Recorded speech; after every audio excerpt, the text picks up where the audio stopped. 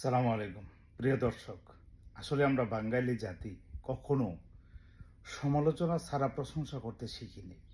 এটা আমাদের মধ্যে নেই। আমরা একটু বিবেক করার চেষ্টা করি না। গতকাল তারেক রহমানের স্বদেশ প্রত্যাবর্তনে যে বিশাল এক জনসমুদ্র তৈরি হয়েছে, ওখানে স্বাভাবিকভাবে একটু কিছু বর্জ্য থাকবে। এটি পরিষ্কার করার জন্য সিটি কর্পোরেশনের দায়িত্ব থাকলেও তাদের কাছে পর্যাপ্ত পরিমাণ গাড়ি পরিষ্কারের যে মেশিন থাকেনি ফার্স্ট ওয়ার্ল্ডে, এটা আমাদের দেশে নেই। কিন্তু বিএনপি দায়িত্ব নিয়েছে পরিষ্কার করে দেবে, সেই সময়টুকু আমরা দিতে চাচ্ছি না। দেখেন এই ভিডিওতে কি বলছেন। আপনারা সেলিব্রেশন করেছেন ভালো কথা, কিন্তু পুরো 300 ফিটটাকে এমন অবস্থা করেছেন, এত আবর্জনা। এই হলো আমাদের অবস্থা। পাশাপাশি আমরা যদি একটু সময় নিয়ে দেখি, আজকে এখনের পরবর্তী দৃশ্যটা আপনারা দেখুন।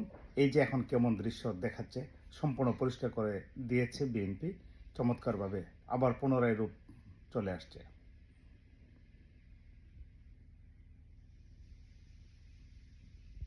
এখন প্রশ্ন হলো, গাছগুলা ভেঙে ফেলেছে। আমরা তো অসচেতন নাগরিক। আমরা প্রত্যেকটা নাগরিক যদি সচেতন হতাম, জনসভা হোক, XYZ যেটে হোক, গাছের জায়গায় গাছ থাকবে, ছোট গাছ, এগুলো ভেঙে ফেলার কোনো দরকার ছিল না। তারপরেও বিএনপি থেকে বলা হয়েছে গাছগুলো পুনরায় এখানে তারা রোপণ করে দেবেন। তারপরেও যেন আমাদের সমালোচনা করাটাই আমাদের একটা বিশাল একটা ইন্টারেস্টিং ব্যাপারে, আমরা মজা পাই সমালোচনা করতে। ছি ছি ছি ছি, আসলে আমরা কবে মানুষ হব?